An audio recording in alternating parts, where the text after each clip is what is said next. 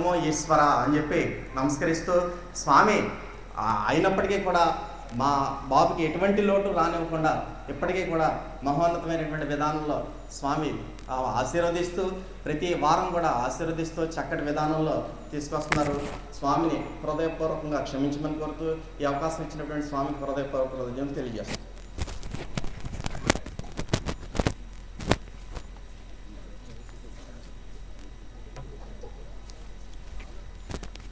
సూర్యబాబు గారు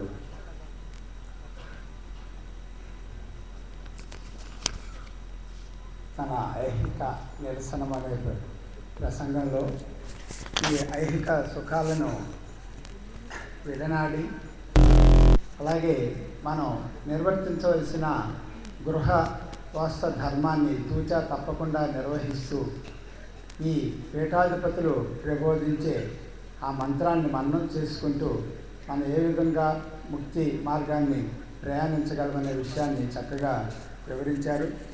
అంతేకాకుండా ఇక్కడ కొన్ని కీర్తనల్లో ఉన్న విషయాలను కూడా చక్కగా విశదీకరించారు. ఆ విధంగా మనం సూర్యబాబు గారు వివరించినట్టుగా ఐహిక నిరసనము అంటే సన్నిసించిన అవసరం లేదు, చాలా విషయాలను త్యజించిన అవసరం లేదు. మనం గురువుగారు ఏం చెప్పారో ఆ విషయాన్ని తూచా తప్పకుండా పాటిస్తూ మనం ముక్తి మార్గాన్ని ప్రయాణించగలమనే విషయాన్ని నొక్కి ఒక్కాణించడం అయింది. అందుకు సూర్యబాబు గారికి ధన్యవాదాలు తెలియజేస్తున్నాం. ఇప్పుడు మరి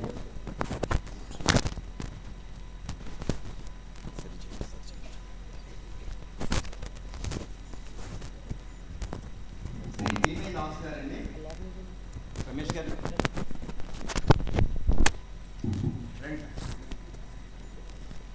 అచ్చంపేట సర్పంచ్ రమేష్ గారు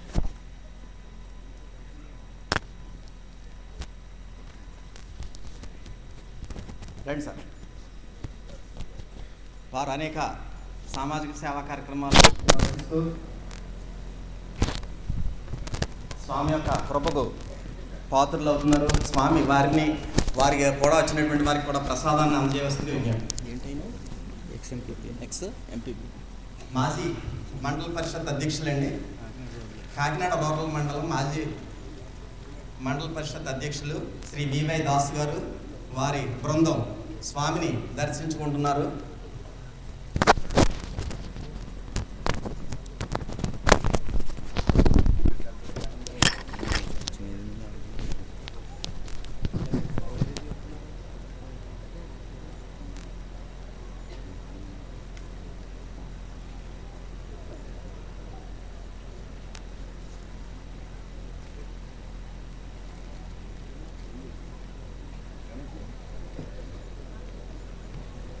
కిరీటాన్ని అలంకరించారు.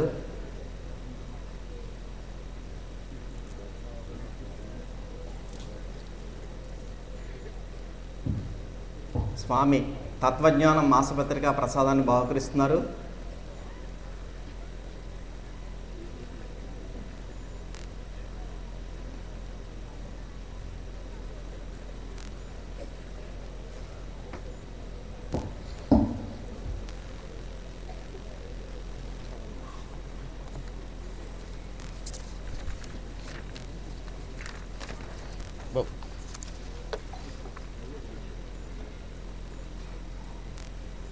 తీసుకురండి అబ్బాయి, ప్రసాదాలు రెడీ చేయండి. అది అవి బోచర్లు తర్వాత ఆ బ్యాటరీ ఇచ్చి కాదు బ్యాటరీ మరి అయ్యి ఆ బ్యాటరీ ఛార్జింగ్ పెట్టారు.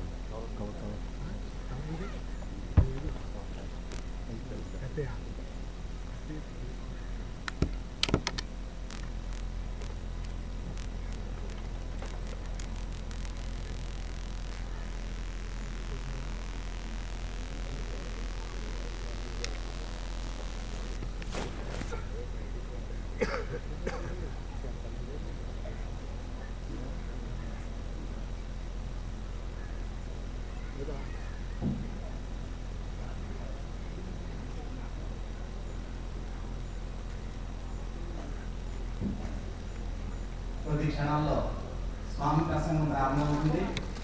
అంచేత దయచేసి సభ్యులు ఎవరు అటు ఇటు తిరగడానికి లేదు. వాలంటీర్స్ కూడా అందరూ ఎక్కడ అక్కడే కూర్చోవాలి. స్వామి ఉపన్యాసం చెప్తున్నంతసేపు కూడా అత్యంత భక్తి శ్రద్ధలతో, ఎందుకంటే ఎన్నో జ్ఞాన రహస్యాలు స్వామి వెల్లడిస్తారు. అంటే వారి యొక్క ప్రసంగాన్ని అత్యంత భక్తి శ్రద్ధలతో వినాల్సిందిగా మనవి.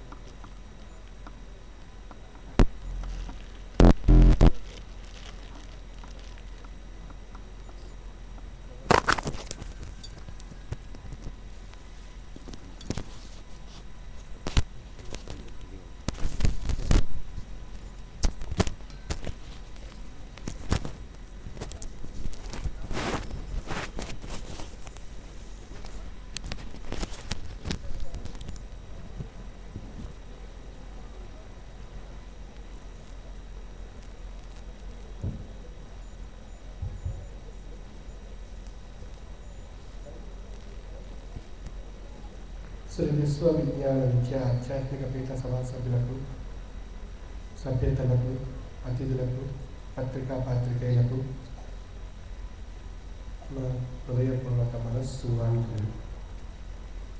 శ్రీ విశ్వవిజ్ఞాన విద్య ఆధ్యాత్మిక పీఠం యొక్క వార్షిక మహాసభలు ఫిబ్రవరి 9, 10, 11 తేదీల్లో ఘనంగా మనం నిర్వహించుకుంటున్నాం.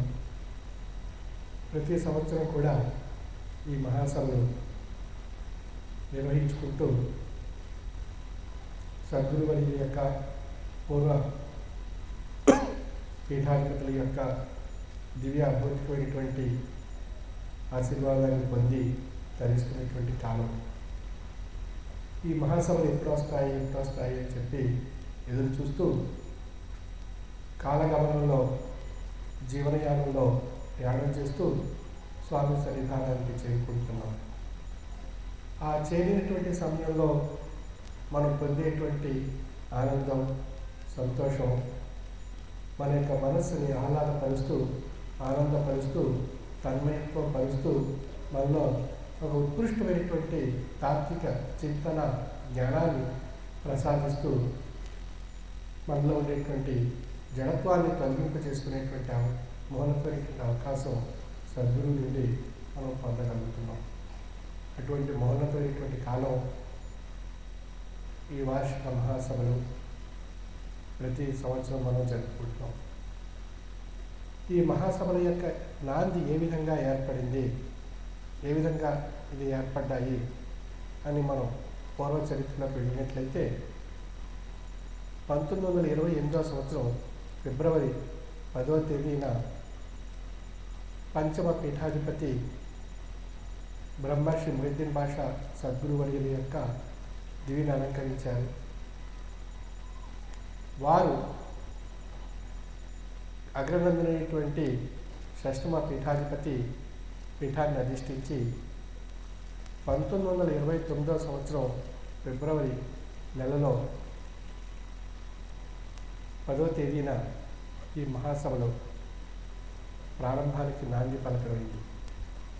మొట్టమొదటి ఈ మహాసభలో వారి యొక్క స్వగృహమునందు సుమారు 6,000 మంది సభ్యుల చేత ఆ యొక్క మహాసభలు ప్రారంభింపబడి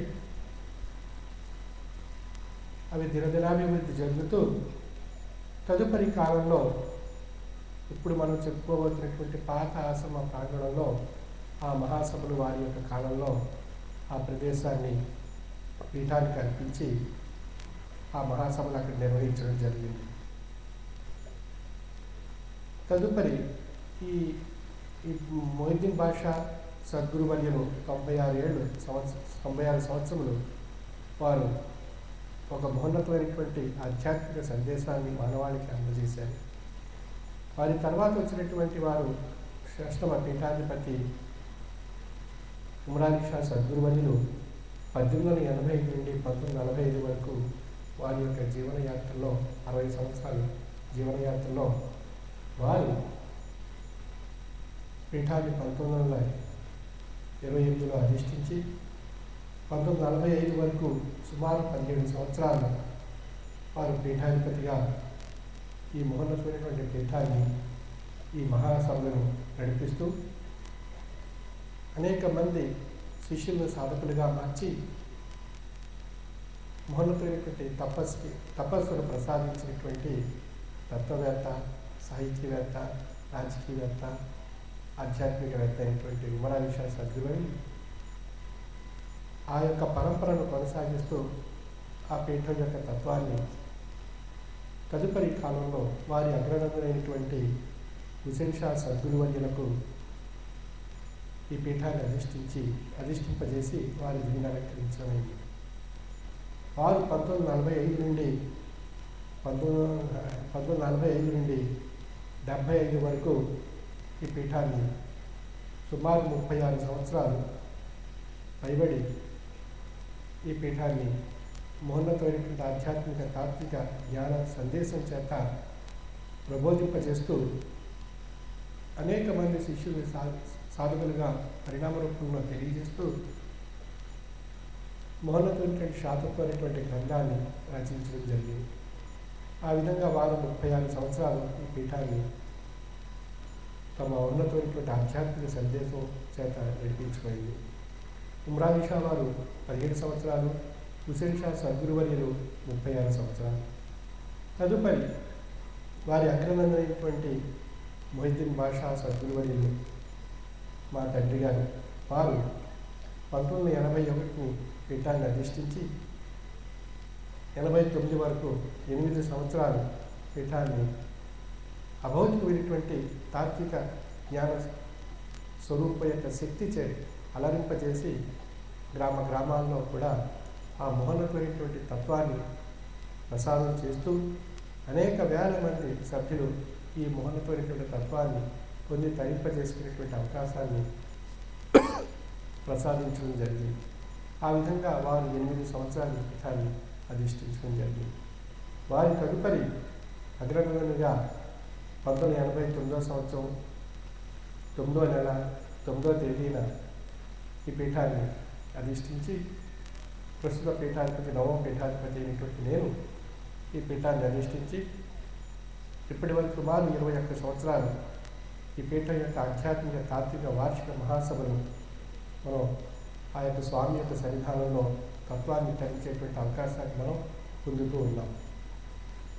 పూర్వం వరకు ఈ పీఠం యొక్క వార్షిక మహాసభలు మనం పాత ఆశ్రమ ప్రాంగణంలో నిర్వహించుకుంటూ 2000 సంవత్సరం నుండి కొత్త ఆశ్రమంలో మనం సేకరించుకున్నటువంటి ఈ స్థలంలో మన సభ్యులంతా సమిష్టిగా సహకారంతో ఆర్థిక సహకారంతో సమీకరించుకున్నటువంటి ఈ చక్కని ఆశ్రమ ప్రాంగణంలో మనం ఈ మహాసభలు నిర్వహించుకుంటున్నాం 2000 సంవత్సరం నుండి. ఈ విధంగా ఇప్పటి వరకు మనం సుమారుగా 10 సంవత్సరాలు పైబడి ఈ మహాసభలు ఇక్కడ ఈ ప్రాంగణంలో నిర్వహించుకుంటాం. మరి ఈ విధంగా పీఠం పరంపరగా వారి యొక్క స్వగృహం నుండి షష్టమ పీఠాధిపతి వారి యొక్క స్వగృహం నుండి పాత ఆశ్రమ ప్రాంగణం నుండి కొత్తగా మనం నిర్మించుకోబోతున్నటువంటి ఆశ్రమ ప్రాంగణానికి ఈ విధంగా షష్టమ పీఠాధిపతి నుండి ప్రస్తుత నవమ పీఠాధిపతి వారి కాలం వరకు ఈ స్థల మార్పిడి వారి యొక్క గృహం నుండి పాతాశ్రమం నుండి కొత్త ఆశ్రమం అనేటువంటి ఈ 3 ప్రదేశాల్లో స్థల మార్పిడి చేసి ఈ యొక్క ఆధ్యాత్మిక తాత్విక జ్ఞానామృతాన్ని మనం పొందుతూ తరించేటువంటి మౌనపరిగిన అవకాశం ప్రతి సంవత్సరం కూడా మనం పొందుతున్నాం. ఇటువంటి గొప్ప ఔన్నత్యం కలిగినటువంటి మహాసభ ఇది. అంటే ఈ సభకు మనుషులు ఒక్కరే అనరాదు, రసాతలంబులో వాసము చేయువారను, స్వర్గములో నివసించు వారను, భాసుర చంద్రలోకములో భాసిల్లు వారును వచ్చి జ్ఞానము నేర్చుకోవచ్చును అని చెప్తున్నారు. అంటే మన సభలో ఎవరెవరు ఏ విధమైనటువంటి జ్ఞానాన్ని పొందుతున్నారు? మన పూర్వ పీఠాధిపతులు ఆశ్రయించి ఉన్నటువంటి వారు, ప్రస్తుత పీఠాధిపతిని ఆశ్రయించినటువంటి వారు, మనం ఈ యొక్క మౌనమైనటువంటి ఆధ్యాత్మిక తాత్విక జ్ఞానాన్ని భౌతికంగాను అభౌతికంగాను పొంది తరింపజేసుకునేటువంటి మౌనమైనటువంటి పీఠం యొక్క మహాసభ ఈ వార్షిక మహాసభ. అంటే ఇది మహదావతార సభ అని చెప్తున్నారు. ఇటువంటి సభ ఇది మహదావతార సభ. ఈశ్వర తత్వ మెరుగుగోరు సంపద గలవారు ఈ బడిన పాఠములు నేర్చుకున్నట్టుకై మొదలుడే ఈ మతంబు అఖిల భూతల వాసులు స్వీకరించరు. ఇక్కడ ఈశ్వరత్వం అనేటువంటి విషయాన్ని తెలియజేసేటువంటి తత్వస్వరూపమైనటువంటిది అవతార సభ ఇది. అటువంటి ఈ మహదావతార సభ ఈశ్వర తత్వ మెరుగుగోరు అంటే మనం ఈశ్వర తత్వాన్ని తెలుసుకుని తరిద్దామనేటువంటి ఆసక్తి తన్మయత్వంతో మనం స్వామి సన్నిధానానికి వచ్చాం. అటువంటి తత్వసభ ఈ మహదావతార సభ ఈశ్వర తత్వ మెరుగుగోరు సంపద గలవా ఈ బడిన ఇక్కడ మన పాఠాలు నేర్చుకోవడానికి వచ్చాం. ఈ బడిన పాఠాలు నేర్చుకుంటే మొదలే ఈ మతం అఖిల భూతవాసులు స్వీకరించి పదవ స్వరాజ్య బాలుని మహోదయం లభించి నమ్ముచును. మన పవిత్రమైనటువంటి విశ్వాసంతో స్వామి యొక్క లక్ష్యంతో వారి యొక్క జ్ఞానాన్ని పొంది తరింపజేసుకోవడానికి వచ్చినటువంటి ఈ యొక్క మహోన్నతమైనటువంటి సభ యొక్క జ్ఞానము. ఈ జ్ఞానం ఎలా ఉంది అన్నప్పుడు మంచినీళ్ళ ప్రాయంగా ఉంది అని చెప్పబడుతుంది. ఏ విధంగా అన్నప్పుడు ఈ సభా మందిర ద్వారం ఎప్పుడు తెరిచి ఉంది. ఈ ద్వారం ఎప్పుడు ప్రతి సంవత్సరం మనం ఈ మహాసభల యొక్క ద్వారం మన గురించి తెరిచి ఉండేటువంటి ద్వారం ఈ సభాస్థలి. ఈ సభా మందిర ద్వారం ఎప్పుడు తెరిచి ఉంటూ పూత చరిత్రలై ఉండి వారు వచ్చి జ్ఞానము నేర్చుకోవచ్చును. సతము మంచినీళ్ళను కలసాలు వచ్చినట్లు మనం మంచినీళ్ళను ఆ కుండ నుండి ఏ విధంగా అయితే మంచినీళ్ళను పొంది సులభంగా సూక్ష్మంగా సేవించగలుగుతున్నాము, ఆ విధమైనటువంటి ప్రాయంలో మనకి ఈ ఆధ్యాత్మిక జ్ఞానాన్ని మనకి ఇక్కడ ప్రసాదిస్తున్నారు. అంచేత మన ఇటు సంసార ధర్మాన్ని, మన భౌతికమైనటువంటి జీవనయాత్రను, మన భౌతికమైనటువంటి విషయాలను మనం సంస్కరించుకుంటూ పరిష్కరించుకుంటూ జీవనయాత్ర సాగిస్తూ మనం సూక్ష్మంలో ఈ యొక్క ఉత్కృష్టమైనటువంటి ఆధ్యాత్మిక జ్ఞానాన్ని స్వామి నుండి ప్రసాదించి తరించేటువంటి అవకాశం మనకు పొందగలుగుతున్నాం. ఆ జ్ఞానం యొక్క స్వరూపం ఏ విధంగా ఉంది అని మనం విశ్లేషించుకున్నట్లయితే జ్ఞాన మహాసభను తెలుపు జ్ఞానం దేహమునందు ఆత్మ విజ్ఞానం ఏ గతిని కలుగుతారునో అది ఎట్లది ముక్తి పొందునో దేనిని గ్రహించిన నిజము తెలియనో ఆ వివరములన్నీ మానసికంపుగా తెలియ మార్గము వేరు కాదని ఎంచరాట. మనం ఇక్కడ కూర్చున్నటువంటి సభ జ్ఞాన మహాసభ. ఈ జ్ఞాన మహాసభలో మనకు అనేక విధాలైనటువంటి ప్రశ్నలు ఏర్పడుతుంటాయి. ఈ తత్వం నేర్చుకున్నాం, ఈ జ్ఞానం నేర్చుకుంటున్నాం, ఈ జ్ఞానం వల్ల ఏం ఉపయోగం, ఈ తత్వం వల్ల ఏం ఉపయోగం అని చెప్పి మన మనసు మనకు అనేక విధాలైనటువంటి ప్రశ్నలు వేసుకుంటుంది ఈ స్థలంలో మనం కూర్చున్నప్పుడు స్వామి సన్నిధానంలో. ఎందువల్ల అన్నప్పుడు భౌతికమైనటువంటి ఈ ఆశ అనేక రకాలైనటువంటి ప్రశ్నలు రూపంలో మనసును ప్రశ్నించినప్పుడు ఆ మనస్సు యొక్క ప్రశ్నలకు సమాధానం మనం కూర్చుని జ్ఞానాన్ని అభ్యసిస్తున్నప్పుడు తద్వారా మనకి ఆ సమాధానాలు మనకు పరిష్కారం, ఆ ప్రశ్నలకు ఆ సమాధానాలు మనకు తెలియబడేటువంటి అవకాశం ఉంది. ఏ విధంగా అన్నప్పుడు మనం ఈ మహాసభలు వస్తున్నాయి ప్రతి సంవత్సరం, మరి ఈ మహాసభలకు వెళ్ళాలి అనేటువంటి ఒక తపన ఏర్పడుతుంది. ఆ తపన ఏర్పడినప్పుడు మనం ప్రయాణం చేసి వెళ్ళాలి అనుకున్నప్పుడు మనకు భ్రాంతి చెందుతున్నటువంటి ఆశ మనకి ఆర్థికంగానో అనారోగ్యంగానో మరొక రూపంగానో మనని ఆ యొక్క తపని ఆ తపనని మనం ముందుకు వెళ్లకుండా మన అడ్డగించేటువంటి ప్రయత్నం చేస్తుంది. అప్పుడు అటు భ్రాంతి వేసినటువంటి ఆ యొక్క ఆశాజన్యమైనటువంటి అవరోధానికి ఇటు ఈ తపనకు మధ్య మనకు ఒక సంఘర్షణ జరుగుతుంది. అందుకే జ్ఞానం అజ్ఞానముల మధ్య గ్రాలులను అన్న పాదాలకయ్యంగలార్చునన్ను అని చెప్పి మనం ప్రాంతంలో మనం మొట్టమొదట మనం స్వామిని సభా ప్రారంభ దశలో మనం ఆ ప్రార్థన మనం చదువుకుంటాం. ఇందువల్ల జ్ఞానానికి అజ్ఞానానికి మధ్య ఉన్నటువంటి నన్ను స్వామిని యొక్క తత్వాన్ని జ్ఞానాన్ని పొంది తరింపజేసుకునేటువంటి అవకాశాన్ని కాలాన్ని నాకు ప్రసాదించు స్వామి అని చెప్పి మనం ప్రార్థన రూపంలో స్వామిని వేడుకొని అప్పుడు ఈ సభా ప్రాంగణంలో మనం కూర్చుంటున్నాం. అప్పుడు మనకి ఆ యొక్క తాత్వికమైనటువంటి జ్ఞానంలో ఉండేటువంటి మౌనమైనటువంటి శక్తి మనం పొంది తరించేటువంటి అవకాశం, ఆ అజ్ఞానమైనటువంటి ఆ భ్రాంతిని తొలగించుకునే చేత ఆ జ్ఞాన స్వరూపమైనటువంటి శక్తి మనలో పొందగలుగుతున్నాం సద్గురుమూర్తిని ఆశ్రయించడం చేత. అంటే మనం సాధారణంగా మనందరికీ చూస్తుంటాం, మనందరికీ ఏదో రూపంలో అనుభవాలు ఉంటాయి. మన పిఠాపురం మహాసభలకు వెళ్దాము అనుకున్నట్టయితే అప్పుడే ఏదో ఒక అనారోగ్యమో లేకపోతే ఆర్థిక సంబంధమో లేకపోతే ఇంకా సామాజిక పరమైనటువంటి వృత్తిపరమైనటువంటి అనేక రకాలైనటువంటి సమస్యలు మనకి అవరోధాన్ని కలిగిస్తుంటాయి మన తపనలు. యాక్చువల్లీ అక్కడ తపన ఎంత ముఖ్యమో ఈ భ్రాంతి యొక్క ఆశాజనికమైనటువంటి విషయం కూడా అంత ఆ విధమైనటువంటి అవరోధాన్ని కలిగించడానికి ప్రయత్నం చేస్తుంటుంది. అసలు ఈ రెండింటి మధ్య జరిగేటువంటి సంఘర్షణలో మనం స్వామిని లక్ష్యంతో మహామంత్ర మననం చేత మనం అర్థించినట్లయితే మన యొక్క తపనకు తపోఫలం ఏర్పడి అది స్వామి సన్నిధానాన్ని తీసుకొచ్చి ఆ యొక్క మహోన్నతమైనటువంటి ఆశీస్సు పొంది తరించేటువంటి అవకాశాన్ని కాలాన్ని మనకి ప్రసాదించడం జరుగుతుంది. కనుక మనం ఆ తపన మనలో అది సద్భావపూరితంగా ఉండి స్వామి యొక్క లక్ష్యంగా ఉండి మనం వారిని ఆశ్రయించాలనేటువంటి అంకిత భావంతో మనం ప్రయత్నం చేసినట్లయితే తప్పనిసరిగా వారి యొక్క సన్నిధానాన్ని మనం చేరుకోగలుగుతున్నాం. చేరుకున్న తర్వాత మనకి ఏం లబ్ధి? సాధారణంగా మానవుడు ఆశాజీవి, ప్రతి దాన్ని వాడు ఆశించడానికి ప్రయత్నం చేస్తూ ఉంటాడు. మనం ఎంతో కష్టపడి వచ్చాం, ఎన్నో వ్యయ ప్రయాసం పడి వచ్చాం, ఎంతో ఆర్థికమైనటువంటి ధనాన్ని వెచ్చించి వచ్చాం. వచ్చిన తర్వాత మనం ఏం పొందాము అని మన మనసు మళ్ళీ భ్రాంతి రూపంలో మనకు పరీక్షిస్తుంటుంది. ఆ పరీక్షించినటువంటి ప్రశ్నల సమాధానం మనకు ఎంతో కాలం బట్టి నెరవేరినటువంటి పరిష్కారం కానటువంటి తాపత్రయాన్ని సమస్య నుండి స్వామి యొక్క ఈ వార్షిక మహాసభల్లో స్వామి యొక్క సన్నిధానం దర్శించుకుని వారి చేత ప్రబోధింపబడిన జ్ఞానామృతాన్ని మనం అంకిత భావంతో లక్ష్యంతో స్వీకరించి వారి యొక్క అమోఘమైనటువంటి ఆశీర్వాదాన్ని పూర్వ పీఠాధిపతుల యొక్క ఆశీర్వాదాన్ని ధరించడం చేత ఆ మనలో పరిష్కారం కానిటువంటి తాపత్రమైనటువంటి సమస్యలు ఏదైతే ఉన్నాయో అవి మనం గృహాలు చేరిన తర్వాత అవి పరిష్కారం కాబడుతున్నాయి. ఆ కాబడినటువంటి విషయమే మనకు అనుభవ రూపంలో మనకి తెలియబడుతుంది. అసలు ఏది పొందాము అన్నప్పుడు స్వామి నుండి దివ్య అభౌతికమైనటువంటి పూర్వ పీఠాధిపతుల యొక్క ఆశీర్వాదాన్ని కూడా మనం ఇక్కడ పొంది తరించడం చేత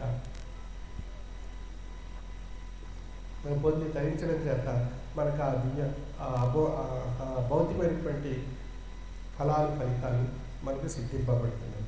అప్పుడు స్వామి యొక్క ఆశీర్వాదంలో ఉండేటువంటి శక్తి ఏ రూపంగా ఉంది అనేటువంటి విషయం మన యొక్క అనుభవానికి మన నిరూపణ కాబట్టి అందువల్ల ఈ మహాసభల్లో మనకు ఆ పూర్వ పీఠాధిపతుల యొక్క మహోన్నతమైనటువంటి శక్తి మన యొక్క మనసులో ఆపాదింపబడి ఆ మహాప్రసాదాన్ని మనకి ప్రసాదిస్తుంది. ఆ ప్రసాదం గురించి మనం తప్పించాలి, వేచి నిరీక్షించి లక్ష్యసిద్ధితో ఆ యొక్క తపోఫలాన్ని పొందడానికి మనం ప్రయత్నం చేయాలి. అప్పుడే మనకు ఆ స్వామి యొక్క మౌనమైనటువంటి లక్ష్యసిద్ధి లభిస్తుంది. అటువంటి జ్ఞాన మహాసభని అంటే జ్ఞాన మహాసభని తెలుపు జ్ఞానం దేహమునందు ఆత్మ విజ్ఞానం ఏకత్వం కలుగజాలను మన దేహంలో ఉండేటువంటి ఆత్మ అనేటువంటి స్వరూపము. సాధారణంగా మనం ఆత్మ అనేటువంటి స్వరూపం ఎక్కడ ఉంది అనేటువంటి ప్రశ్న మనలో ఏర్పడుతుంది. అంటే శరీరం యొక్క విషయం అయితే మనం తెలుస్తుంది, ఇక మనసు యొక్క విషయం అయితే మనం తెలుసుకోగలుగుతున్నాం, కానీ ఆత్మ యొక్క స్వరూపం మనకు తెలియబడట్లేదు. మరి ఏ విధంగా ఎక్కడ ఉంది అని ప్రశ్నించుకున్నప్పుడు శరీరం అనేటువంటిది మన దృష్టికి అది కొన్ని వేల కోట్ల జీవాణువుల చేత నిర్మింపబడినటువంటి రూపంగా మనకు తెలియబడుతుంది. ఇక మనసు అనేటువంటి విషయం భావ పరిణామాన్ని బట్టి మనసు యొక్క స్వరూపం మనకు తెలియబడుతుంది. ఈ రెండింటికి అతీతంగా ఉంది కనుక మనం ఆత్మ అభౌతికమైనటువంటి స్వరూపము అని మనం విశ్లేషించుకుంటున్నాం. యాక్చువల్లీ అభౌతికంగా ఉన్నటువంటి ఆత్మ అనేటువంటి స్వరూపం ఎక్కడ ఉంది అని ప్రశ్నించుకున్నప్పుడు అది మనస్సు శరీరం యందు ఆవహించి ఉన్నటువంటి ఉత్కృష్టమైనటువంటి శక్తి స్వరూపము, అభౌతికమైనటువంటి శక్తి స్వరూపము. అంటే మరి అభౌతికమైనటువంటి ఆత్మస్వరూపాన్ని భౌతిక దృష్టితో ఏ విధంగా తెలుసుకోగలము అన్నప్పుడు శరీరం యొక్క తత్వాన్ని శరీరం యొక్క తత్వం అన్నప్పుడు అది 84 లక్షల జీవరాశుల యొక్క క్షాళనం చేసుకుని ఉత్కృష్టమైనటువంటి జన్మగా అవతరించి ఆ యొక్క కొన్ని వేల కోట్ల జీవాణుల చేత నిర్మింపబడినటువంటి ఈ శరీరం యొక్క తత్వం మన భౌతిక దైనందిన జీవన విధానంలో ఆ తత్వంలో ఉండేటువంటి ఆ శారీరక తత్వంలో ఉండేటువంటి రహస్యం మనం తెలుసుకోగలుగుతున్నాం. ఇక మనసు అనేటువంటి తత్వం భావ పరిణామాన్ని బట్టి మనసు యొక్క స్వరూపాన్ని మనం తెలుసుకోగలుగుతున్నాం. అయితే శారీరక తత్వం, మానసిక తత్వం ఈ రెండింటి యొక్క సమ్మిళితమైనటువంటి ఆవహించి అందులో నిగూఢమైనటువంటి శక్తిగా ఉండేటువంటి ఆత్మస్వరూపం ఈ రెండు తత్వాల ద్వారా తెలియబడుతుంది. అంటే శరీర తత్వం, మానసిక తత్వం ఈ రెండూ కూడా దేని చేత అవి ఏకత్వం అనేటువంటి స్థాయికి రాగలుగుతున్నాయి అన్నప్పుడు అది జ్ఞానం చేత ఏకత్వము అనేటువంటి స్థాయికి చేరుకోగలుగుతున్నాయి. ఆ ఏకత్వం అనేటువంటి స్థాయికి వచ్చినప్పుడే ఆత్మ యొక్క స్వరూపం తెలియబడుతుంది. అన్నప్పుడు శరీరము, మనస్సు ఈ రెండు ఏకత్వం కావాలి. ఎలా ఏకత్వం కాబడతాయి అన్నప్పుడు మనం సాధారణంగా చూస్తాం. మన స్వామి సన్నిధానంలో కూర్చున్నాం, మన శరీరం ఇక్కడ కూర్చుంది, కానీ మనసు వేరొక చోటకి వెళ్తూ ఉంటుంది. అసలు మనసుని శరీరాన్ని ఒకటిగా చేసి మనం చేసే స్థాయికి రాగలిగినప్పుడే మనలో ఉండేటువంటి ఆత్మస్వరూపం మనకు తెలియబడుతుంది. అంటే ఆత్మస్వరూపం తెలుసుకోవాలనేటువంటి తపన ఉంటుంది, కానీ మనసు వేరొక చోట తిరుగుతూ ఉంటుంది. శరీరం అనేటువంటిది మనం ఇక్కడ కూర్చుని ఉంటాం. కానీ ఈ రెండింటిని సమన్వయపరిచి ఒకటిగా చేయాలి. అది దేని వల్ల సాధ్యము అన్నప్పుడు జ్ఞాన మహాసభను తెలుపు జ్ఞానము దేహమునందు ఆత్మ విజ్ఞానం ఏ గతిని కలిగజాలనో, అంటే దేహంలోను మనసులోను ఆత్మ విజ్ఞానాన్ని కలిగించేది ఏది అన్నప్పుడు జ్ఞానము, ఆధ్యాత్మిక జ్ఞానము. అంటే ఆధ్యాత్మిక జ్ఞానం మనం ఎక్కడికి ఏ విధంగా లక్ష్యం కాబడుతుంది, అది మనం సద్గురువుని ఆశ్రయించి వారు ప్రసాదించినటువంటి మౌనమైనటువంటి మహామంత్రం మననం చేత వారు ప్రసాదించినటువంటి తాత్విక జ్ఞానం యొక్క శక్తి మనం పొంది తరింప చేసుకోవడం చేత ఆ యొక్క మహామంత్రం యొక్క శక్తి, ఈ తాత్విక జ్ఞానంలో ఉండేటువంటి శక్తి ఈ రెండు కూడా మన మనస్సుని, శరీరాన్ని రెండింటిని ఏకత్వ స్థాయికి తీసుకురాగలుగుతున్నాయి. ఆ స్థితికి వచ్చినప్పుడు ఆ యొక్క శరీరం యొక్క తత్వంలో నిండి ఉన్నటువంటి ఆత్మస్వరూపం, మనసు అనేటువంటి స్వరూపంలో నిండి ఉన్నటువంటి ఈ ఆత్మస్వరూపం, ఈ రెండు యొక్క సమ్మిళితమైనటువంటి స్వరూపంగా ఉండేటువంటి ఈ ఆత్మస్వరూపం మనకి తెలియదు. ఆ శరీరం తత్వరూపం చేత, మానసిక తత్వరూపం చేత తెలియబడేటువంటి ఆత్మస్వరూపం అభౌతిక నుండి భౌతిక స్వరూపంగా మనకు తెలియబడుతుంది. అంటే ఈ భౌతిక స్వరూపంలో ఆత్మస్వరూపాన్ని మనం దర్శించుకోగలుగుతున్నాం. మరి భౌతిక స్వరూపంలో ఆత్మస్వరూపం ఏ విధంగా ఉంటుంది అన్నప్పుడు అది ఒక తేజస్వరూపమైనటువంటి శక్తిగా తెలియబడుతుంది. అంటే మనం శరీరం యొక్క స్థాయి నుంచి మనసు యొక్క స్థాయికి మించి మనం చూడగలిగేటువంటి దృష్టి అది తేజస్సుగా ఉంది. ఆ తేజస్సు దేని యొక్క ప్రాతిపదికగా ఉంది అన్నప్పుడు అది నేను అనేటువంటి స్వరూపాన్ని తెలుసుకోవడానికి వచ్చింది ఆత్మ అనేటువంటి స్వరూపము. అంటే ఆత్మ ఇది ఎక్కడి నుండి వచ్చింది, ఆత్మ యొక్క ప్రారంభం ఏది, మూలం ఏది అన్నప్పుడు ఇది 84 లక్షల జీవరాశుల్లో కూడా ఈ ఆత్మ ఆవహించి ఉన్నది. అంటే ఆత్మ చిన్న విషయంగా మనం విశ్లేషించుకున్నట్లయితే, ఉదాహరణకు చేమ అనేటువంటి స్వరూపాన్ని తీసుకున్నట్లయితే దానికి కూడా చేమకు శరీరం, మనస్సు, ఆత్మ అనేటువంటి మూడు ఉన్నాయి. కానీ మనం సాధారణ దృష్టితో చూసినట్లయితే ఆ సూక్ష్మమైనటువంటి జీవి దానికి ఏమున్నాయి, దాంట్లో ఆత్మ ఏముంటుంది, మనసు ఏముంటుంది అని మనం అనుకుంటాం. చేమను పరిశీలించినట్లయితే ఎన్నో విషయాలు మనం గ్రహించవచ్చు. తన ఆహారం గురించి, తన ఆహార సంపద గురించి, అది తన ఆహారాన్ని పొదుపు చేసుకోవడం గురించి పడేటువంటి ప్రయాస ఎంతో దాన్ని పాఠాల రూపంలో మనం నేర్చుకోవచ్చు. వర్షాకాలం వస్తుంది అనేటువంటి విషయాన్ని గమనించి అది ముందుగానే తన యొక్క ఆహారాన్ని సేకరించుకొని ఒక చోట పదిలపరుచుకుంటుంది. ఆ విధంగా తన యొక్క ఆహార సంపదను పొదుపు చేసుకుంటుంది, కష్టపడుతుంది ఆహారాన్ని సంపాదించుకోవడానికి. దానికి మనస్సు ఉంది చేమ కూడా. మరి శరీరం అనేటువంటి రూపం మన దృష్టితో మనం చూస్తున్నాం. శరీరం అనేటువంటి రూపం అంటే దానిలో ఆత్మ అనేటువంటి స్వరూపం కూడా నిండి ఉన్నది. అంటే మనం సామాన్యమైనటువంటి సూక్ష్మమైనటువంటి చీమకు కూడా ఆత్మ ఎలా ఉంటుంది అని భావిస్తుంటాం. కానీ ఆత్మ అనేటువంటి స్వరూపం ఆ యొక్క చీమకు ఆ యొక్క శరీరం ఆ మనసు యొక్క స్థాయిని బట్టి ఆత్మ అనేటువంటి స్వరూపం వృద్ధి చెంది ఉంది. ఆ విధంగా 84 లక్షల జీవరాశుల యొక్క విధానంలో పరిణామం చెందినటువంటి ఆత్మ మానవ జన్మలో కూడా ఈ యొక్క ఉత్కృష్టమైనటువంటి ఆత్మస్వరూపం తెలియపరచబడుతుంది. అది మన దృష్టికి మనం శరీర రూపంలో మనకి చూడగలుగుతున్నాం, మనసు రూపంలో భావపరిణామాల రూపంలో తెలుసుకోగలుగుతున్నాం. కానీ ఆత్మస్వరూపం మనకి తెలియబడుతుంది. ఆత్మస్వరూపాన్ని తెలుసుకోవడానికి ఆధ్యాత్మిక యౌగికమైనటువంటి జ్ఞానము అవసరము. అంటే మనం శరీర తత్వాన్ని తెలుసుకోవాలన్నట్లయితే అనేక విధాలైనటువంటి శాస్త్రీయ తత్వాలు ఉన్నాయి. మనసు యొక్క తత్వాన్ని తెలుసుకోవడానికి అనేక రకాలైనటువంటి శాస్త్రీయ తత్వాలు ఉన్నాయి. కానీ ఆ మనసుని శరీరాన్ని ఒకటిగా చేసి ఏకత్వ స్థాయికి తీసుకురాగలిగేటువంటిది కేవలం ఆధ్యాత్మిక యౌగికమైనటువంటి జ్ఞానము. అంటే ఆధ్యాత్మిక జ్ఞానము మనస్సుని శాసిస్తుంది, మనసు శరీరాన్ని శాసిస్తుంది. అంటే philosophy is the sciences of science అని చెప్తారు తత్వవేత్త. అంటే శాస్త్ర విజ్ఞానానికి మించి ఉన్నటువంటిది ఆధ్యాత్మిక తత్వము. అసలు మనసుని శాసించగలిగేటువంటి శక్తి దేనికి ఉంది అన్నప్పుడు ఆధ్యాత్మిక తత్వానికి ఉంది. మనసు ఆదేశించి ఆ ఆజ్ఞను శిరసా వహించేటట్లు చేయగలిగేటువంటి శక్తి మనసు ద్వారా శరీరానికి ఏర్పడుతుంది. అంచేత ఆధ్యాత్మిక తత్వం మనసుని శాసిస్తే మనసు శరీరాన్ని శాసిస్తుంది. అంచేత శరీరానికి మనసుకి మించి ఉన్నటువంటిదే ఆధ్యాత్మిక తాత్విక జ్ఞానము. అంటే ఆధ్యాత్మిక యౌగికమైనటువంటి జ్ఞానము మనసుని శరీరాన్ని రెండిటిని ఏకత్వము అనేటువంటి స్థితికి తీసుకురాగలిగేటువంటి విధానం. తాత్వికమైనటువంటి జ్ఞానాన్ని పరిణితి చెంది పరిణామ రూపంలో తెలుసుకునేటువంటి వ్యక్తిత్వానికి ఆ మౌనతమైనటువంటి స్వరూపం తెలియబడుతుంది. ఆత్మ యొక్క స్వరూపం. ఆత్మ యొక్క స్వరూపాన్ని తాను తేజస్సుగా పొంది ధరించగలుగుతున్నాడు. ఆ తేజస్సు దేని యొక్క ప్రాతిపదిక అని విశ్లేషించుకున్నప్పుడు ఇది మూలం ఏదో ఒకటి ఉంది, అది విశ్లేషిద్దాం, అది తెలుసుకుందాం, అది పొందుదాం అనేటువంటి ప్రయత్నం తపన ఆత్మలో కలుగుతుంది. అంటే జ్ఞాన మహాసభ తెలుపు జ్ఞానము దేహమునందు ఆత్మ విజ్ఞానం ఏగతిని కలుగజాలునో ఎట్లది ముక్తి పొందునో. అంటే ఈ ఆత్మ జ్ఞానము చేత ఏ విధంగా ముక్తి పొంది తరిస్తుంది అనేటువంటి ప్రశ్నతో తప్పిస్తూ ఆ ఆత్మ తేజస్వరూపమైనటువంటి శక్తి దేనికి మూలంగా ఉంది అని విశ్లేషించుకున్నటువంటి తాత్వికమైనటువంటి సాధకుడికే తెలియబడేటువంటి విషయమే ఆ యొక్క మహోన్నతమైనటువంటి ముక్తి సౌధము, ముక్తిధామము. ఆ ముక్తిధామాన్ని చేరుకోవాలని ఆత్మ ఆశిస్తుంది.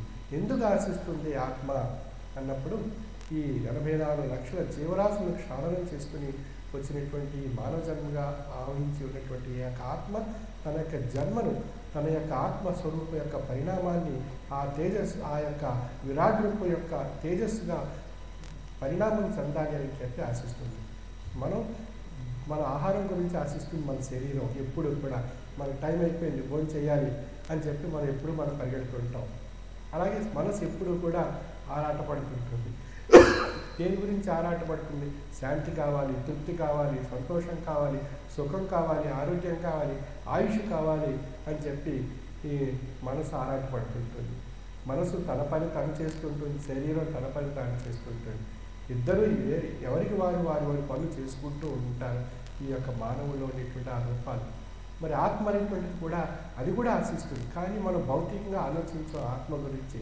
ఎప్పుడు మన మనసు గురించి ఆలోచిస్తాం, లేదా ముందుగా శరీరం గురించి ఆలోచిస్తాం. ఎందువల్ల ఆహారం కావాలి, సమయం దాటేసరికి మనం ఈ పూజామందు ఈ యొక్క సభా ప్రాంగణం ఇచ్చి మనం అక్కడ భోజనశాలకు వెళ్ళిపోవాలి అని చెప్పి ఆలోచిస్తాం.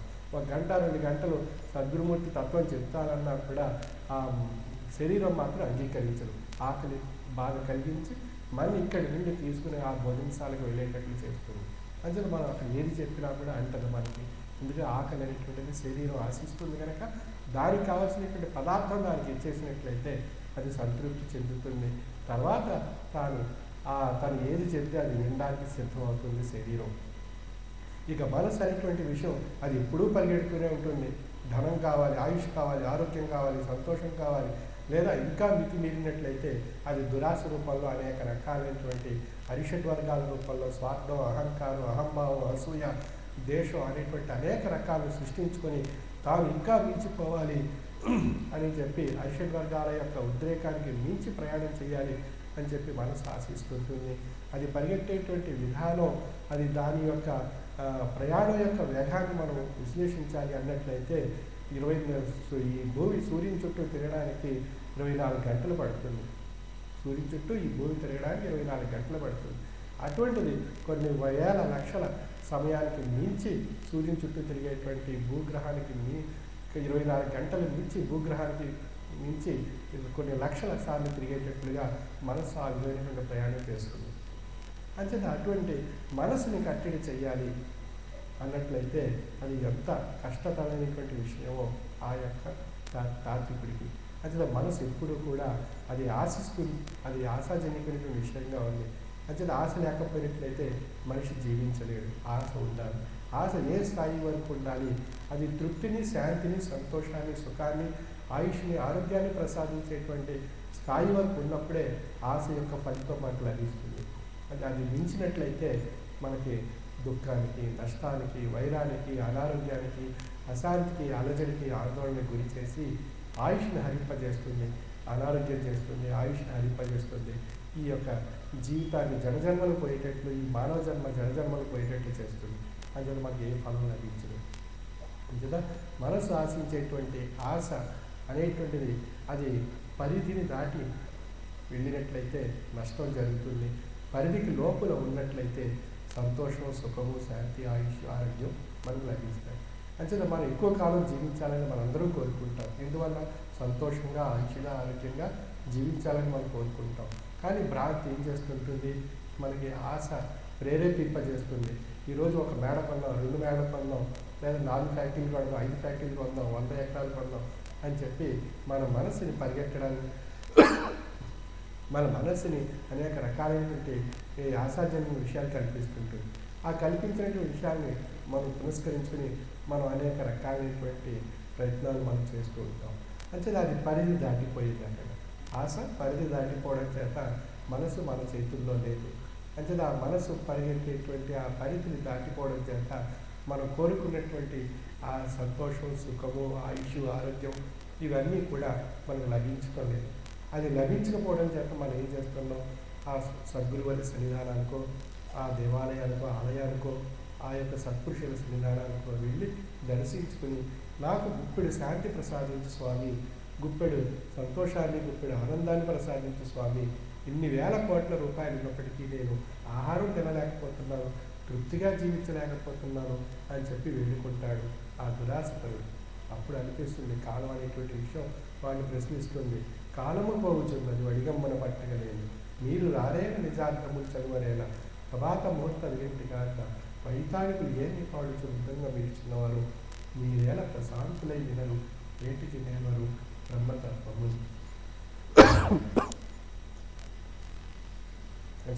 ఆ బ్రహ్మతత్వం అనేటువంటి కాలం, మన కాలంతో ముడిపడింది. ఆ బ్రహ్మతత్వం ఆ కాలం దేనితో ముడిపడింది? మనకి జీవన యాత్రతో ముడిపడింది. అంటే పుట్టుక మొదలుకొని ఆశ్వాసంతో చివరి శ్వాస వరకు ఈ కాలం అనేటువంటి జీవనయాత్ర కింద ముడిపడింది. అంచేత ఆ యొక్క యాత్రలోని ఈ యొక్క బ్రహ్మతత్వాన్ని పొంది తరించేటువంటి కాలాన్ని మనం సద్వినియోగపరుచుకుంటేనే ఆ మహాప్రసాదం మనకు లభిస్తుంది. అంచేత మనసుని పరిధి దాటకుండా అది పరిధి లోపులే ఉండేటట్లుగా మనం ప్రయత్నం చేసినట్లయితే ఆ జీవనయాత్రలో ఉండేటువంటి కాలం ఆ బ్రహ్మతత్వాన్ని తెలుసుకోవడానికి అవకాశాన్ని కల్పిస్తుంది. అంటే ఆ కాలాన్ని మనం సద్వినియోగపరుచుకున్నట్లయితే బ్రహ్మతత్వం మనకు తెలియబడుతుంది. అంటే మనసుని ఆశ యొక్క పరిధి దాటకుండా నియంత్రించగలిగేటువంటి శక్తి ఆధ్యాత్మిక యోగ్యమైనటువంటి జ్ఞానానికి ఉంది.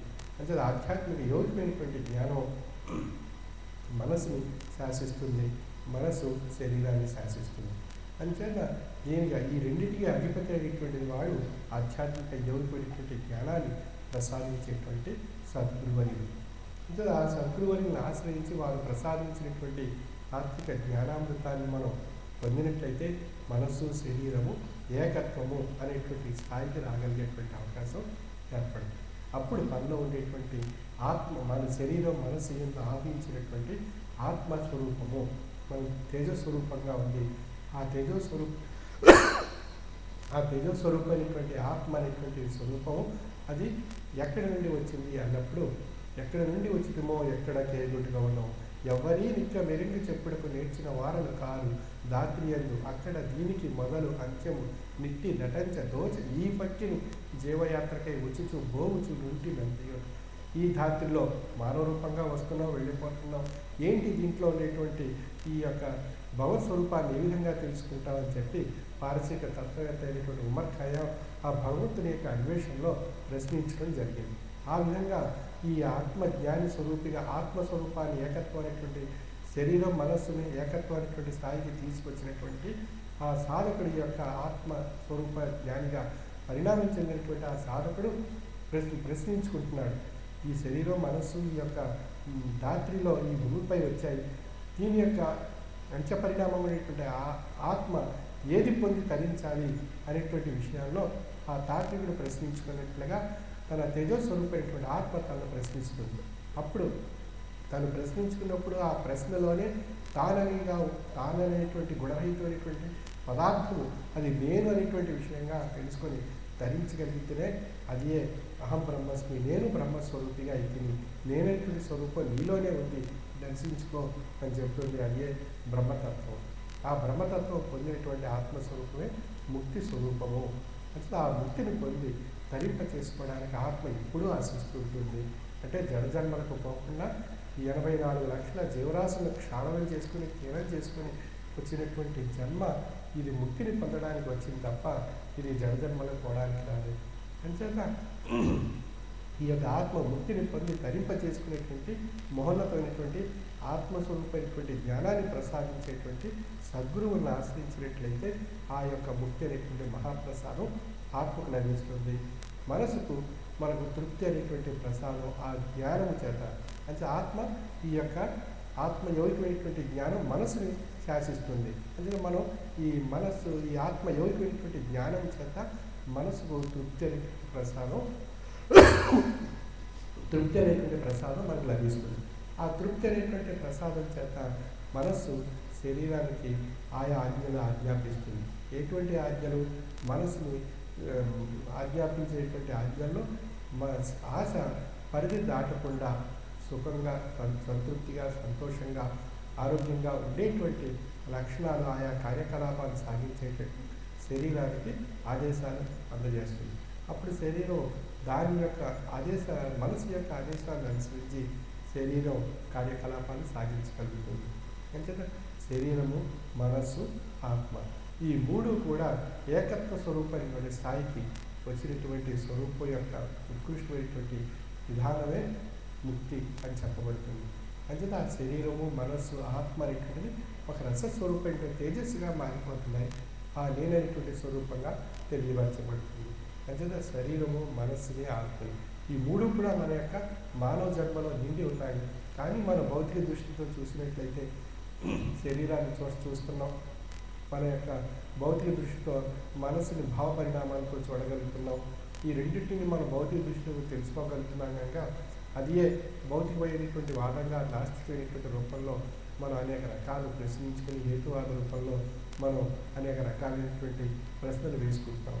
కానీ దానికి రెండింటికి మించి ఉన్నటువంటి ఆత్మ అనేటువంటి స్వరూపం అది కేవలం శారీరక తాత్విక జ్ఞానము, మానసిక తాత్విక జ్ఞానము రెండింటిని మేళవించి ఏకత్వం అనేటువంటి స్థాయికి రాగలిగేటువంటి ఆస్తికవాద రూపంగా ప్రయాణం చేసినట్లయితే అప్పుడు తనలో ఉండేటువంటి ఆ ఆత్మస్వరూపం భౌతిక దృష్టికి తాను తెలియబడి అది తేజస్వరూపమైనటువంటి శక్తిగా ఉంది. ఆ తేజస్వరూపమైనటువంటి శక్తి దేని యొక్క ఆధారభూతంగా ఉంది అన్నప్పుడు ఆ విరాట్ రూపం యొక్క ఆధారభూతమైనటువంటి శక్తిగా ఉంది. అది ఆ విరాట్ రూపం యొక్క శక్తిలో లీనం కావాలి, అది ముక్తిని పొంది తగ్గించాలనేటువంటి భావనతో ఉంది. ఆత్మస్వరూపం అనేటువంటి విషయం ఆ యొక్క దృష్టికి రాగలుగుతుంది. అంచేత అది అభౌతికమైనటువంటి దృష్టిగా ఆత్మస్వరూపం తెలియబడుతుంది. భౌతిక దృష్టికి మనస్సు, శరీరము అనేటువంటిది భౌతిక దృష్టికి తెలియబడుతున్నాయి. అంచేత ఈ ముగ్గురు కూడా మనలో ఉన్నారు. ఈ మనలో ఉన్నటువంటి ఈ ముగ్గురిని కూడా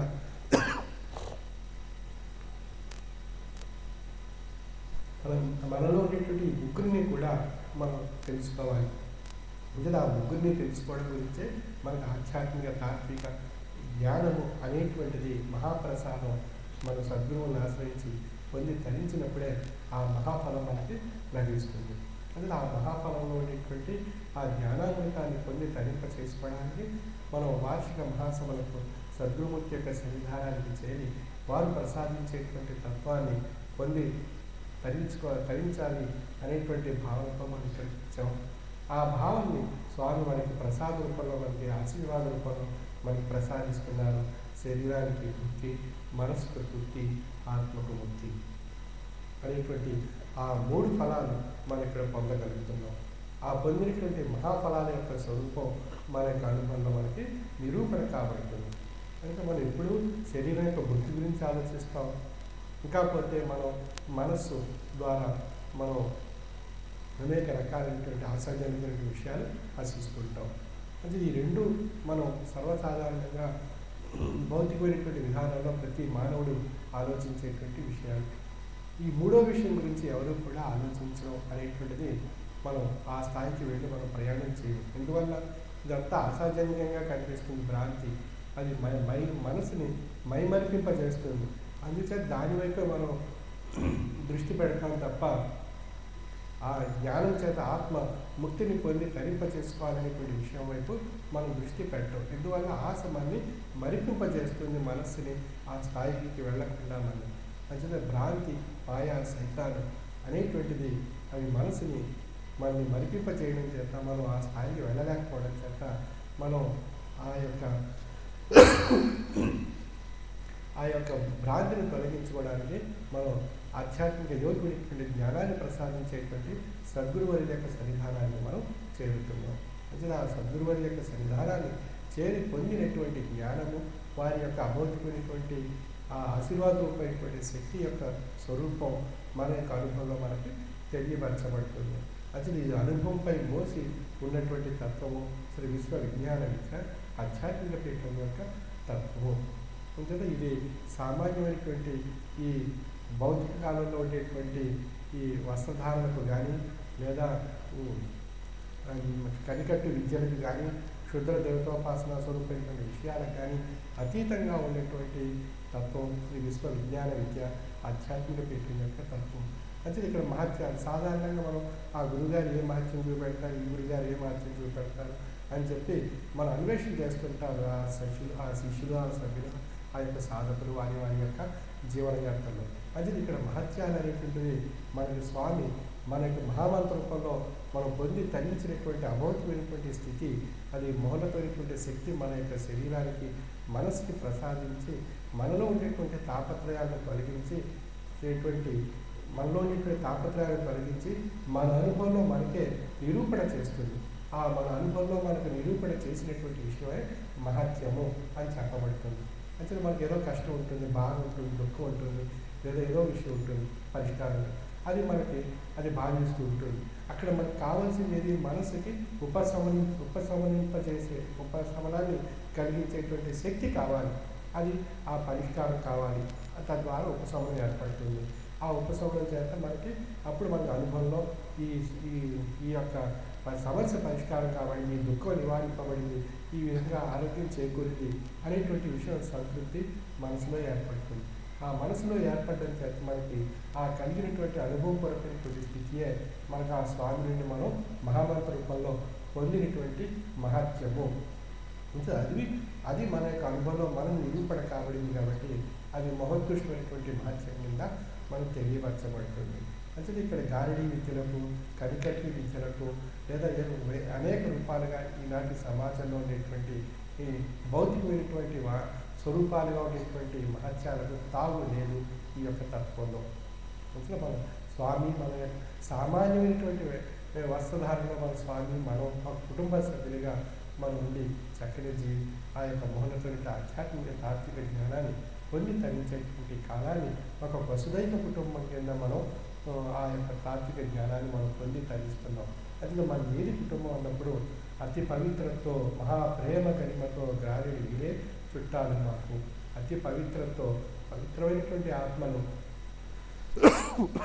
పవిత్రమైనటువంటి ఆత్మలతో, పవిత్రమైనటువంటి ప్రేమతో మనం చుట్టాలుగా, స్వామి యొక్క బంధువులుగా మనం పేర్కొనబడుతున్నాం. ప్రాణార్థములనైనా ప్రారంభములనైనా గ్రాడ్యుడు మీరే స్నేహితులు మాకు.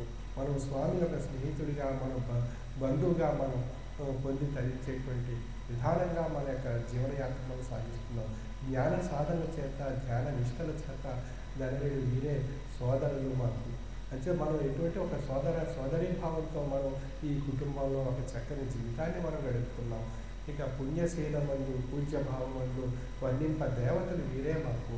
మనం పుణ్యశీలుడై పూజ్యభావంతో ఆ సద్గురుమూర్తిని ఆశ్రయించి గడిపేటువంటి చక్కని జీవిత కాలంలో మన జీవనయానం సాగిస్తున్నాం. వీరే చుట్టాలు, వీరే మాకు, వీరే చేదోడు వాదోడు, వీరే మాకు, వీరే ముఖ్యులు, వీరే తల్లులు, వీరే భక్తులు, వీరే బిడ్డలు. ఈ ఈ ఈ మహా జ్ఞాన సభ జగన్మందిరముగా, అంటే మనం ఎటువంటి సభ అన్నప్పుడు మనది జ్ఞాన జగన్మందిరం అయినటువంటి వసుదైక కుటుంబం అయినటువంటి సభ మనది. మనంతా కూడా ఒక కుటుంబ సభ్యులము. అందులో మన కుటుంబ పెద్ద మన స్వామి. అందులో మనం కుటుంబ పెద్దగా ఆశ్రయించి మనం నడిచినట్లయితే, మన తార్కికమైనటువంటి జ్ఞానంలో ప్రయాణం చేసినట్లయితే, మనకి ఇటు ఇహానికి కావలసినటువంటి శరీర స్వరూపమైనటువంటి బుద్ధి, మనస్సుకు స్వరూపమైనటువంటి తృప్తి, ఫలానికి ఆత్మ ఆశించినటువంటి ముక్తి, ఈ మూడు కూడా పొంది తరించేటువంటి మహోన్నతమైనటువంటి ఆ యొక్క పదార్థాలు ఆ కుటుంబ పెద్దల నుండి మనం పొంది తరించేటువంటి అవకాశం ఉంది. అంచేత మనకి అతి పవిత్రతో, మహాప్రేమ గరిమతో గ్రాని చుట్టాలని అంటారు, ఆయన స్నేహితులు అంటారు, సోదరులు అంటారు. ఈ దేవతలుగా మనం వర్ణించి మనని అటువంటి స్థాయి కలిగినటువంటి పరిణామరూపమైనటువంటి సాధకులుగా ఆ యొక్క మౌనమైనటువంటి జ్ఞానాన్ని ప్రసాదించి మన బాటలో పయనింపజేసేటువంటి సద్గురువర్యులు శ్రీ విశ్వ విజ్ఞాన ఆధ్యాత్మిక పీఠాధిపతులు. మధ్యలో మన సంసార ధర్మాన్ని ఆచరిస్తూ మన భౌతిక దైనందిన జీవన విధానంలో మన యొక్క జీవనయాన్ని సాగిస్తూ ఈ సూక్ష్మ మార్గంలో శరీరానికి, మనస్సుకు, ఆత్మకు కావలసినటువంటి భుక్తి, తృప్తి, ముక్తి ఈ మూడు కూడా మనం పొంది తరించగలిగేటువంటి సూక్ష్మమైనటువంటి విధానం మహామంత్ర రూపంలో, తాత్విక జ్ఞానం రూపంలో స్వామి నుండి మనం, కుటుంబ పెద్దల నుండి మనం పొంది తరించుకున్నాం. ఇంకా అటువంటి కుటుంబంలో మనం చక్కని జీవనయాత్ర సాగిస్తున్నాం అన్నట్లయితే, మనం ఆ యొక్క మహాప్రసాదంగా ఉండే ముక్తి అనేటువంటి మనకి ఈ మనం ఈ యొక్క కుటుంబంలోనే మనం పొంది తరించినటువంటి భావన మనలో ఏర్పడుతుంది. కనుక అటువంటి పరిపూర్ణమైనటువంటి భక్తి, విశ్వాసము, లక్ష్యము, జ్ఞానం చేత స్వామిని అర్పించినట్లయితే ఆ కుటుంబంలో ఆ మహోన్నతమైనటువంటి అవకాశం మనకి తృప్తి రూపంలో, ముక్తి రూపంలో, ఆ యొక్క ఆత్మ ముక్తి రూపంలో పొంది తరించేటువంటి అవకాశం. అటువంటి ఉత్కృష్టమైనటువంటి కాలాన్ని మనం సద్వినియోగపరచుకునేటువంటి ప్రయత్నం చేసినప్పుడు ఆ మహాప్రసాదం మనకు లభిస్తుంది. అంచేత కాలంలో ఉండేటువంటి ఆ వైతాళికులు మనం తట్టి లేపుతున్నారు. ఈ విధంగా ఆశలకు పోకు, ఆశలు దాటి పరిధి పైన ప్రయాణం చేసి నీ యొక్క జీవితాన్ని, ఆయుష్ని, ఆరోగ్యాన్ని నష్టపరుచుకోకు అని చెప్పి మనలో ఉండేటువంటి వైతాళికులు తట్టి లేపి ఆ భ్రాంతి నుండి తొలగించి తిరిగి మన స్వామి సన్నిధానాన్ని తీసుకొచ్చి కూర్చోబెడుతుంటారు. సాధారణంగా మనం దగ్గర చూస్తుంటాం, అనేక మంది సభ్యులు వస్తుంటారు, బాబు నాకు ఈరోజు కనీసం గుప్పెడు అన్నం కూడా దొరకటం లేదు, ఈ పరిస్థితుల్లో నేను ఉన్నానని చెప్పి వచ్చి స్వామిని అర్థించుకుని ఆ ఆశీర్వాదాన్ని పొంది ఆ ప్రసాదాన్ని స్వీకరించి తదుపరి వాడి యొక్క జీవన వ్యవస్థలో ఆ యొక్క ఆశీర్వాదం పొందినటువంటి శక్తి చేత లక్షలు సంపాదించుకుని కోటీశ్వరుడైనప్పుడు మళ్ళీ ఆ స్వామి అనేటువంటి విషయం గుర్తుకు రాక మరిపింపబడేటువంటి ఆశ అనేటువంటిది ప్రయాణం సాగిస్తూ చివరకు మళ్ళీ అది దురాశయ దుఃఖంగా మార్చినప్పుడు మళ్ళీ స్వామి అప్పుడు గుర్తుకు వస్తాడు. ఆకలి వేసినప్పుడు గుర్తుకు వస్తున్నాడు స్వామి. ఆకలి ఆ పదార్థం లభించిన తర్వాత ఆ పదార్థం తన యొక్క శరీరంలో జీర్ణింప కావడనేటువంటి పరిస్థితి తనలో ఏర్పడినప్పుడు అప్పుడు స్వామి గుర్తుకు వస్తున్నాడు. అప్పటి వరకు ఈ మధ్యకాలంలో స్వామి గుర్తు రాకపోవడానికి కారణం భ్రాంతి యొక్క మాయలో పడి అంతరించిపోయేటువంటి జీవనయాత్ర సాగించడం జరుగుతుంది. అంటే స్వామి ఎప్పుడు ఆ యొక్క కాలం అనేటువంటిది కాల మహాశక్తి, కుండలి మహాశక్తి అనేటువంటిది ఎప్పుడూ పరీక్షిస్తూనే ఉంటాయి ఆ యొక్క మానవ జన్మకు. అంచేత ఏది ఇవ్వాలో, ఏ సమయంలో ఎంతవరకు ఆ యొక్క సాధకునికి, ఆ యొక్క భక్తునికి ఎంత ప్రసాదించాలో అంతే ప్రసాదిస్తాడు ఆయన. మ్యాన్ ప్రపోజెస్, గాడ్ డిస్పోజెస్ అనేటువంటి ఒక సాధకుడు మనిషి ఎంతైతే ప్రతిపాదిస్తాడో అంతా కూడా భగవంతుడు ఇవ్వడు, తిరస్కరిస్తాడు. ఎందుకంటే ఎక్కువ ప్రసాదించినా అది పొందలేడు, తక్కువ ప్రసాదించినా సంతృప్తి చెందలేడు. అంచేత ఏదైతే ఆ యొక్క భగవంతుడు ఆ స్వామి ఎంతైతే ఆ యొక్క సాధకునికి, ఆ యొక్క సజ్జలకు, ఆ యొక్క శిష్యునికి ఎంతైతే ప్రసాదించాలని చెప్పి ఆయన నిర్ణయించుకుంటాడో ఆయన నిర్ణయానుసారంగా ఆ ప్రసాదం మనకు లభిస్తుంది తప్ప మనం ఆశించినటువంటి ఫలం ప్రసాదం కూడా ఆయన ఇవ్వడు మనకి. అంచేత మ్యాన్ ప్రపోజెస్ గాడ్ డిపోజెస్ అనేటువంటి సామెతలో ఉండేటువంటి అర్థం. అంచేత మనం స్వామిని మనం ఆశిస్తుంటాం. నాకు ఈరోజు గుప్పెడు అన్నం దొరకలేదని చెప్పి ఆశించినటువంటి వాడు కోటీశ్వరుడైన తర్వాత ఆ స్వామిని మర్చిపోవడం చేత కలిగినటువంటి బాధ యొక్క స్వరూపం అది తనకు తెలిసినప్పుడు తాను మళ్ళీ స్వామి సన్నిధానానికి వచ్చినప్పటికీ కూడా కాలం అనేటువంటి విషయం తిరిగి రాదు. పోయినటువంటి కాలం మళ్ళీ తిరిగి రాదు.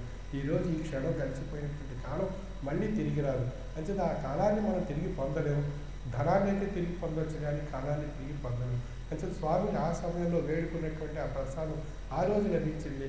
మళ్ళీ ఆ స్వామిని మర్చిపోవడం చేత మళ్ళీ ఆ ప్రసాదం మనకు లభించాలన్నట్లయితే కాలం మళ్ళీ స్వామి సన్నిధానానికి తీసుకురావడానికి ఎంతో సమయాన్ని మన యొక్క జీవన ఆయుష్లో తరిగిపోతుంది. ఆ తరిగిపోవడం చేత మన చివరి దశకు వచ్చేసరికి ఆ యొక్క ప్రసాదం మనకు పొంది తరించే మహత్భాగ్యం ఉండేటువంటి కాలం మనకు అనుకూలించకపోవడం చేత మళ్ళీ మనం రాలేకపోతున్నాం, నష్టపోతున్నాం. అప్పుడు మన చివరి శ్వాసలో మనకి స్వామి యొక్క విషయం గుర్తుకొస్తుంది. నేను తను చేసినటువంటి ఏదైతే ఆ పొరపాటు, ఏదైతే తన యొక్క విధానంలో తాను ఆ యొక్క నడవడిక నడిచాడో ఆ యొక్క పరీక్ష ఆ సమయంలో చివరి క్షణంలో ప్రశ్నిస్తుంది కాలం అనేటువంటి విషయం. నీ సద్గురువుని ఎందుకు ఆశ్రయించుకున్న కాలాన్ని నీ యొక్క జీవనయాత్రలో నష్టపరుచుకున్నావు అని చెప్పి కాలం ఆ యొక్క వ్యక్తిత్వానికి ప్రశ్నిస్తుంది. అప్పుడు మనం ఏమీ చేయలేం. ఇందువల్ల అన్నప్పుడు గతించిన కాలం తిరిగి రాదు కనుక ధనం అయితే తిరిగి రావచ్చేమో కానీ అది భౌతికమైనటువంటి సంపద రూపంగా ఉంది కనుక అది తిరిగి వస్తుంది. కానీ కాలం అనేటువంటి విషయం అభౌతికంగా ఉంది కనుక అది తిరిగి రాదు. అంచేత అభౌతికమైనటువంటి సంపదను మనం పొందలేము కనుక భౌతికమైనటువంటి సంపదను ఎంతైతే పొందవచ్చు. కానీ ఈ అభౌతికమైనటువంటి కాలాన్ని మనం పొందలేకపోవడం చేత కాలం అనేటువంటి విషయం పరీక్షించడం చేత తిరిగి చివరికి అంతర్ధానం అయిపోయేటువంటి అవకాశం ఉంది. అంచేత కాలాన్ని ఇప్పుడు మనం సద్వినియోగపరచుకోవాలి అన్నట్లయితే మనం ఆధ్యాత్మిక యోగికమైనటువంటి జ్ఞానాన్ని భౌతికమైనటువంటి జీవన మనుగడతో ఆ యొక్క కాలాన్ని అన్వయింపజేసుకుని ప్రయాణం చేసినట్లయితే మన శరీరానికి కావాల్సినటువంటి ముక్తి, మనసుకు కావాల్సినటువంటి తృప్తి, ఆత్మకు కావాల్సినటువంటి ముక్తి, ఈ మూడు కూడా మనం పొంది తరించేటువంటి అవకాశం మన యొక్క అనుభవంలో మనకి నిరూపణ కాబడుతుంది. అంటే ఈ రెండు పొంది తరించడానికే మన యొక్క జీవన యాత్ర మనం సాగించాలి. ఆ విధమైనటువంటి ఆధ్యాత్మిక యోగికమైనటువంటి జ్ఞానాన్ని పొంది తరింపజేసుకునేటువంటి సద్గురువులు ఏ ఏ ప్రాంతాల్లో వారు వసించి ఉంటారో ఆయా ప్రాంతాల ఆధ్యాత్మిక యోగికమైనటువంటి జ్ఞాన సౌరభాలు వృద్ధి చెంది సమాజంలో సుఖము, శాంతి, సంతోషం పరిడివిల్లి అవి చక్కని జీవితాన్ని ప్రసాదిస్తూ ఉంటాయి. ఏ ప్రాంతంలో అయితే ఆధ్యాత్మిక యోగికమైనటువంటి జ్ఞానం అంతరించిపోతుందో అక్కడ రాక్షసత్వం ఏర్పడుతుంది, దుష్టత్వం ఏర్పడుతుంది, వైరం ఏర్పడుతుంది, ద్వేషం ఏర్పడుతుంది, హింస ఏర్పడుతుంది. తద్వారా ఒకరినొకరు హింసించుకొని మానవత్వం సృష్టించుకొని ఆ యొక్క సమాజం, ఆ యొక్క మానవాళి అంతరించిపోయేటువంటి ప్రమాదం ఉంది. అంతేగా ఆ ఆధ్యాత్మిక యోగికమైనటువంటి జ్ఞానాన్ని పొంది తరింప చేసుకునేటువంటి ప్రవక్తలు, అవతారులు, తాత్వికులు, సద్గురువులు ఉన్న చోట ఆ యొక్క దివ్య అభౌతికమైనటువంటి శక్తి జ్ఞానం రూపంలో ప్రసాదించబడడం చేత ఈనాడు మనం మానవ రూపంలో ఈ యొక్క ప్రపంచంలో అనేక ప్రాంతాల్లో సమాజాలుగా ఏర్పడి మన జీవనయానం సాగిస్తున్నాం. మనం ఈనాడు ప్రపంచంలో చూస్తున్నా, ఎక్కడ చూసినా ఏదో ఒక రూపమైనటువంటి మానవహోమం సృష్టింపబడుతుంది అన్నట్లయితే కారణం అక్కడ ఆధ్యాత్మిక జ్ఞానము వక్రీకరింపబడింది, మానవుని యొక్క బుద్ధి వక్రీకరింపబడింది. అందుచేత సమాజంలో అక్కడ శాంతి కోల్పోవడం జరిగింది, అక్కడ వైరం ఏర్పడింది, ద్వేషం ఏర్పడింది, హింస ఏర్పడింది. ఆ యొక్క మానవ సమాజం అంతరించిపోయేటువంటి ప్రమాదం ఆ యొక్క సమాజంలో అక్కడ ఏర్పడుతున్నాయి అన్నట్లయితే కారణం మత బధీరత్వం లేదా అజ్ఞానమైనటువంటి చీకటి లేదా ఆశాజనకమైనటువంటి భ్రాంతి యొక్క స్థాయి వృద్ధి చెంది పరిధులు దాటి ఉండడం చేత ఆ ప్రదేశంలో ఆ యొక్క నష్టాలు జరుగుతున్నాయి. వాటి నుండి రక్షణ పొందాలి అన్నట్లయితే ఆధ్యాత్మిక యోగ్యమైనటువంటి జ్ఞాన సంపదను విస్తరింపజేసేటువంటి సద్గురువుల యొక్క సత్పురుషుల యొక్క తాత్వికుల యొక్క ప్రభావం ఆయా ప్రదేశాలపై ఉన్నప్పుడు ఆ యొక్క ప్రదేశాలన్నీ కూడా చక్కని సంతోషాన్ని, సుఖాన్ని, జీవితాన్ని గడిపేటువంటి అవకాశం ఉంది. మనకు ఉత్కృష్టమైనటువంటి యోగికమైనటువంటి ఆధ్యాత్మిక జ్ఞానం మన స్వామి నుండి మనం ప్రతి గురువారం మనం పొందుతున్నాం, ప్రతి నెల మాసపత్రిక రూపంలో పొందుతున్నాం, ప్రతి 2 నెలలకు ఒకసారి ప్రత్యేక కార్యక్రమాల్లో స్వామి యొక్క తాత్విక జ్ఞానాన్ని పొందుతున్నాం. ప్రతి సంవత్సరం వార్షిక మహాసభల్లో 9, 10, 11 తేదీలో పూర్వ పీఠాధిపతులు ప్రస్తుత స్వామి యొక్క పీఠాధిపతి ద్వారా ఆ యొక్క అభౌతికమైనటువంటి ఆశీర్వచనాలు మనం కొన్ని తరించగలుగుతున్నాం. అంటే 365 రోజులు కూడా మన స్వామి యొక్క రక్షణలో ఒక కుటుంబం కింద మనం చక్కని జీవితాన్ని గడిపేటువంటి అవకాశం మనం ఇక్కడ పొంది తరించగలుగుతున్నాం అన్నట్లయితే అది మహామంత్రంలో ఉండేటువంటి యోగికమైనటువంటి శక్తి మన ఆ యొక్క సద్గురువుని మళ్ళీ ఆ యొక్క బాంధవ్యాన్ని కల్పించి ఆ బాంధవ్యాన్ని మనలో ప్రవేశపెట్టి ఆ బాంధవ్యం చేత మనకి కావలసినటువంటి శరీరానికి మనసుకి ఆత్మ కావలసినటువంటి భుక్తి తృప్తి ముక్తి అన్ని 3 మనం పొందగలుగుతున్నాం ఆ బాంధవ్యం చేత.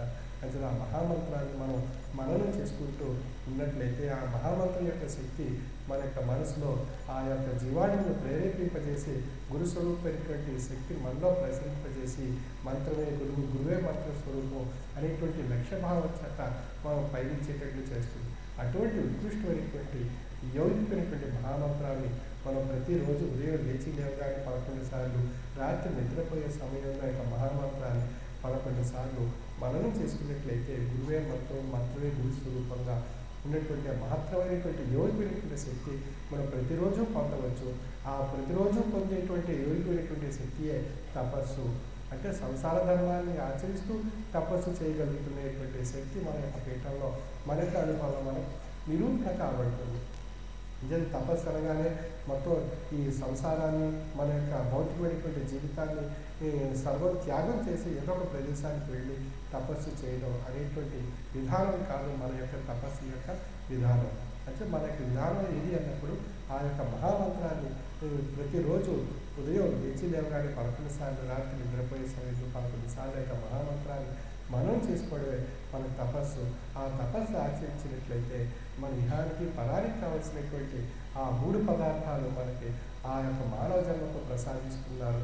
అటువంటి మౌనమైనటువంటి వ్యక్తి ఆ యొక్క మహామంత్రంలో ఉంది. అది అనుభవ రూపంలో మనకి నిరూపణ కాబడుతుంది. వచ్చింది ఇది అనుభవంపై మోసి ఉన్నటువంటి తత్వము. అందుచేత ఇది దాండికాలకు, గారిడి విద్యలకు, కనికట్టి విద్యలకు, క్షుద్ర దేవతోపాసనాకరమైనటువంటి విద్యలకు అతీతంగా ఉన్నటువంటి తత్వం ఇది. అందులో మన కనికట్టు సామాన్యమైనటువంటి ఇంద్రజాలికుడు వాడు ఎన్నో రకాలైనటువంటి ఆ కనికట్టు విద్య చేత ఇంద్రజాల ప్రదర్శన చేస్తుంటాడు. అనేక రకాలైనటువంటి రూపాలుగా ఉండేటువంటి వారు కూడా తమ యొక్క జీవనయాత్రలో అనేక రకాలైనటువంటి పాఠ్యాలు చేస్తుంటారు. కానీ అవన్నీ కూడా తాత్కాలికం, భౌతికమైనటువంటి దృష్టికి మాత్రమే అవి తెలియబడుతున్నాయి తప్ప అవి అంతర్దృష్టి రూపంలో అభౌతికమైనటువంటి ఆనందాన్ని, సంతోషాన్ని, అనుభూతిని మాత్రం ప్రసాదించడం లేదు. అంటే ఈ పీఠం యొక్క తత్వం అంతర్దృష్టిలో దృష్టి అనుభూతిని, ఆనందాన్ని అనుభవ రూపంలో, భౌతికమైనటువంటి రూపంలో నిరూపణ చేసేటువంటి తత్వస్వరూపం శ్రీ విశ్వ విజ్ఞాన విద్య ఆధ్యాత్మిక పీఠం యొక్క తత్వము. అంటే ఇది అనుభవానికి యథార్థము నిర్ధారణ. ఇది ఎట్టి ఎగచాటులు లేని ఎట్టి దారి, ఎట్టి పొరపాటులు లేని ఎట్టి పదము, ఆత్మ ఈశ్వరుని వీక్షించినట్టి సభ ఈ మహాజ్ఞాన సభ అని చెప్తున్నారు తాత్పర్యం. దీంట్లో ఎట్టి పొరపాటు లేవు, ఎట్టి ఎగచాటులు లేవు, ఎట్టి ఆర్భాటాలు లేవు. ఆత్మ ఈశ్వరుని వీక్షించేటువంటి త్రోవ ఈ ఆధ్యాత్మిక జ్ఞాన మహాసభ. అంటే మనకి జ్ఞాన మహాసభను తెలుపు జ్ఞానము దేహమునందు ఆత్మ విజ్ఞానము ఏ గతిని కలుగుజాలినో అనేటువంటి ప్రశ్నకు సమాధానం తెలియజేసేటువంటి యోగుడైనటువంటి తత్వస్వరూపం శ్రీ విశ్వ విజ్ఞాన విద్య ఆధ్యాత్మిక పీఠం యొక్క తత్వము. అంచనా మనం ఏ పీఠం యొక్క సభ్యుడిగా ఉన్నామో అని ప్రశ్నించినట్లయితే మనం శ్రీ విశ్వ విజ్ఞాన విద్య ఆధ్యాత్మిక పీఠ సభా సభ్యుడు అని సగర్వంగా మనం చెప్పుకునేటువంటి అవకాశం మనకు తెలియపరచబడుతుంది. ఎందువల్ల ఇక్కడ అనుభవ రూపంలో మనం మహత్యాన్ని గ్రహిస్తున్నాం తప్ప భౌతికమైనటువంటి దృష్టితో మహత్యాన్ని మనం పొందటం లేదు. ఇక్కడ భౌతికమైనటువంటి రూపాల్లో మన ఆ యొక్క మహత్యం మనకు తెలియబడుతుంది. ఎందుకంటే ఇక్కడ ఆనందం ఈ యొక్క మహత్యం అనుభవ రూపంలో స్వామి నుండి మనం గ్రహించి ఆ అనుభవపూర్వకమైనటువంటి స్థితి అది మన యొక్క జీవన స్వరూపానికి ఇమిడి ఉండడం చేత ఇందులో ఉండేటువంటి యథార్థం మనకు నిరూపణ కాబడుతుంది. అటువంటి ఉత్కృష్టమైనటువంటి యథార్థాన్ని తెలియజేసేటువంటి తత్వ మార్గం శ్రీ విశ్వ విజ్ఞాన విద్య ఆధ్యాత్మిక పీఠం యొక్క తత్వం.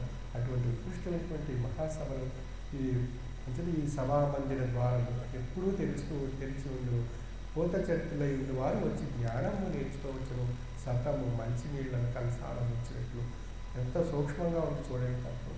మనం మంచినీళ్లను మన దాహం వేసినప్పుడు ఆ కుండలో గ్లాసు మంచినీళ్లను మనం తీసుకుని తాగటం ఎంత సులువో మనకు అంత సులువుగా ఈ యొక్క తాత్విక దాహార్తిని తీర్చేటువంటి సభా జ్ఞానము శ్రీ విశ్వ విజ్ఞాన విద్య ఆధ్యాత్మిక పీఠం యొక్క తత్వం. అంటే మనం ఎంత దాహంతో ఎన్ని నీళ్ళు తాగాలని మనం తప్పిస్తామో అంత నీళ్లు మనకి అన్ని మంచి నీళ్ళు మనకి ఇక్కడ ఈ కుండలో ఈ స్వామి యొక్క ఈ స్వామి యొక్క మహోన్నతమైనటువంటి ఆ తత్వ సంపద మనం పొందగలిగేటువంటి అవకాశం ఉంది. అంతేనా అటువంటి మంచినీళ్ళ ప్రాయంగా మనం నేర్చుకునేటువంటి తత్వాన్ని అనుభవ రూపంలో తెలియజేసేటువంటి యథార్థమైనటువంటి తత్వం శ్రీ విశ్వ విజ్ఞాన విద్య ఆధ్యాత్మిక పీఠం యొక్క తత్వం. అంతేనా మనం ఈ భ్రాంతి స్వరూపమైనటువంటి విషయం పరిధి ఆ భ్రాంతి స్వరూపమైనటువంటి ఆశ అనేటువంటి విషయం మన యొక్క పరిధి దాటకుండా ఆ ఉండేటట్లుగా ఆ యొక్క ఆధ్యాత్మిక యౌకమైనటువంటి జ్ఞానం చేత కట్టడి చేసినట్లయితే మనసుకు తృప్తి ఏర్పడుతుంది. ఆ తృప్తి శాంతిని, సంతోషాన్ని, ఆరోగ్యాన్ని, ఆయుష్ని ప్రసాదిస్తుంది.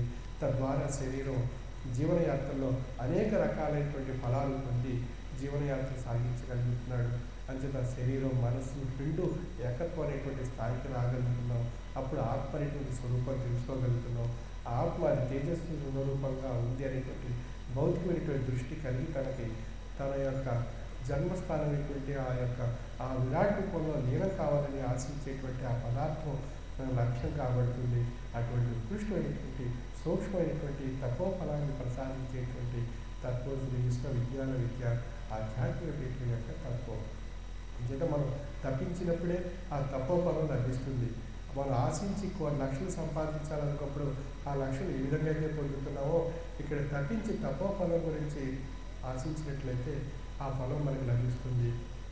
అటువంటి తరించేటువంటి ఫలం గురించి మనం ఎన్ని అవరోధాలు వచ్చిన ఆటంకాలు వచ్చినప్పటికీ కూడా మనం ప్రయత్నం చేసి మనం రావాలని సంకల్పం దృఢంగా ఉన్నట్లయితే మనం తప్పనిసరిగా ఆ యొక్క తప్పించేటువంటి తపోఫలం మనకు లభిస్తుంది.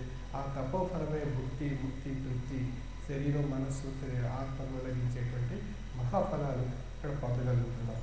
అటువంటి మహాఫలాలు పొంది తరింపజేసుకునేటువంటి కాలాన్ని ప్రతి సంవత్సరం మనం వార్షిక మహాసభలో పూర్వ పీఠాధిపతుల యొక్క అభౌతికమైనటువంటి ఆశీర్వాదాన్ని పొంది ధరిస్తూ ఆ కాలాన్ని మనం సద్వినియోగపరచుకున్నట్లయితే ఆ మహాఫలాల యొక్క రుచి మనం అనుభవించి ధరించేటువంటి అవకాశం మనకు కలుగుతుంది. అటువంటి మౌనమైనటువంటి కాలాన్ని ప్రతి ఒక్కరూ సద్వినియోగపరుచుకుని స్వామి యొక్క మౌనమైనటువంటి మహామంత్రాన్ని మననం చేసుకుంటూ ఆ యొక్క యథార్థమైనటువంటి తాత్విక జ్ఞానాన్ని పొంది ధరించవలసిందిగా సభా సభ్యులకు నా యొక్క మనవి.